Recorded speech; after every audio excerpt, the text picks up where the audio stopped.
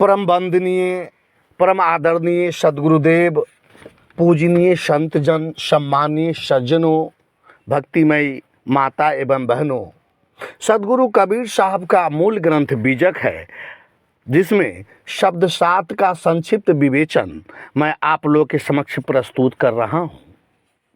इस शब्द में आप श्रवण करेंगे कि सहज समाधि क्या है और उन्मुखी मुद्रा पर सदगुरु कबीर साहब अलौकिक ज्ञान प्रस्तुत किए हैं।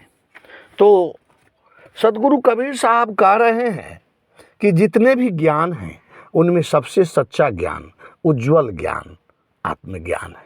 अन्य जितने भी ज्ञान हैं परतः हैं, परंतु आत्मज्ञान स्वतः है।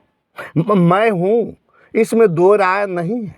बाहर का ज्ञान इंद्रियों द्वारा होता है, परंतु आत्मज्ञान स्वयं प्रत्यक्ष है। आत्मा निर्गुण है, वह सत्य रज तम तीनों गुणों से परे है, देखने में नहीं आता है पर संपूर्ण जगत को देखता है। आइए श्रवण करते हैं।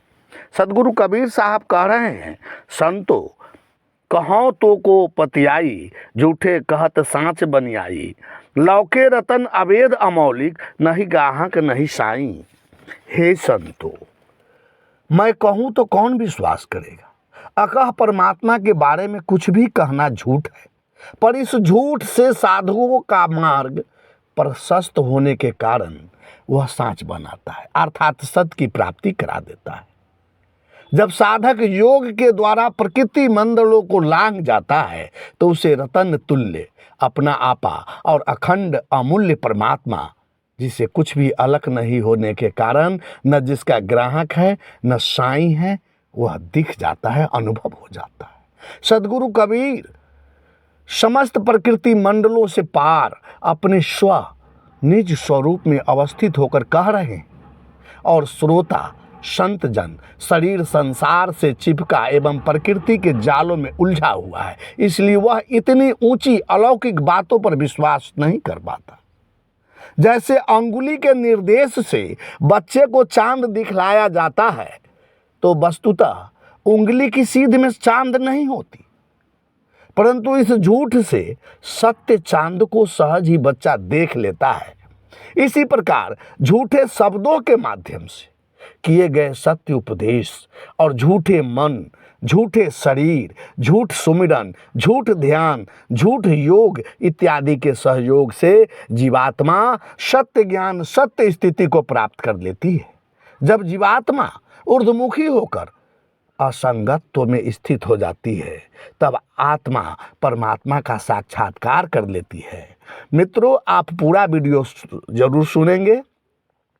सदगुरु कबीर साहब आगे कहते हैं, चिमिक चिमिक चिमकै दृग दहु दिसी, अरब रहा छिरियाई, आपे गुरु कृपा कछु किन्हा, निर्गुण अलख जगाई। आप हमारे चैनल को सब्सक्राइब नहीं किए हैं तो अवश्य कर लीजिए। सदगुरु कबीर साहब कह रहे हैं कि आत्मा अवस्थित चेतना अपनी चेतन चक्षुओं से यानी बोध की आंखों से दसों दिशाओं में परमात्मा के ही प्रकाश को चमचम करता हुआ और संपूर्ण ब्रह्मांड में छितराया हुआ देखती है। अपनी दया परवशता के कारण गुरु ने कुछ कृपा की और निर्गुण अलख को जगा दिया। सदगुरु कबीर साहब जहाँ रहते थे वहाँ साधक, विद्वान तथा वैष्णव संत खूब रहते थे।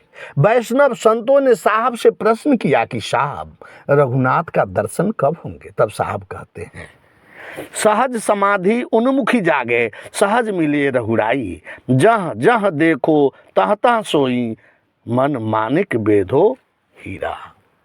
सदगुरु कबीर साहब वैष्णव संतों का मानना है कि सीता और राम दोनों की प्रतिमा को सेवा करो तो राम और सीता दोनों दर्शन देंगे। यह केवल भावना मात्र है। न कबीर साहब कभी दर्शन देंगे, न कृष्ण जी दर्शन देंगे और न राम जी दर्शन देंगे। इन सभी महापुरुषों के दिव्य आचरणों का पालन किया जाए। इन महापुरुषों का आचरण बहुत ही उच्च कोटि का था। अच्छे आचरण को जीवन में पालन किया जाए, निश्चय ही जीवों का कल्याण अवश्य होगा। सदगुरु कबीर साहब उस वैष्णव संत को कहते हैं कि सहज समाधि उन्मुखी जागे, सहज मिले रघुराई, जह जह देखो तह तह सोई, मन मानिक वेद हो हीरा। सहज समाधि लग जाए तथा उन्मुखी जग जाए, समझो रघुनाथ जी का दर्शन हो गया। सहज समाधि का मतलब है अपने आप में शांत हो जाना। किसी महापुरुषों के प्रतिमा के सामने समाधि लगाने से मन शांत अवश्य होता है, परंतु ये काल्पनिक है। असली समाधि का मतलब है जब सारे चित्र मन से खत्म हो जाए, तब सहज समाधि। किसी का भी चित्र मन में न हो, नाद बिंद ज्योति शब्द सब समाप्त हो, मन एकदम आत्मलीन हो जाए, यही सहज समाधि है। खाते पीते चलते उठते बैठते हर समय काम क्रोध लोभ मोह से रहित हो जाना, राग द्वेष से रहित रहना, शोक मोह हर्ष विषाद से रहित रहना, यही सहज समाधि है। सहज समाधि के लिए प्रयत्न करना पड़ता है। इसके लिए जंगल या एकांत में जाने की आवश्यकता नहीं है। संसार में समाज में रहते हुए संसार तथा समाज से आसक्ति का न होना ही सहज समाधि है। तथा उन्मुख जगना का अर्थ होता है एक रस वृत्ति होना, संसार से उदास एवं अपने स्वरूप में लीनता बनाए रखना। मैं ही शुद्ध चैतन्य हूँ, यह सदैव एक भाव जागृत रखना, ये उन्मुख जागना है। साहब कहते हैं जब सहज समाधि लग जाए और उन्मुखी जब जाएगी तब सहज ही रघुराई मिल जाएगी।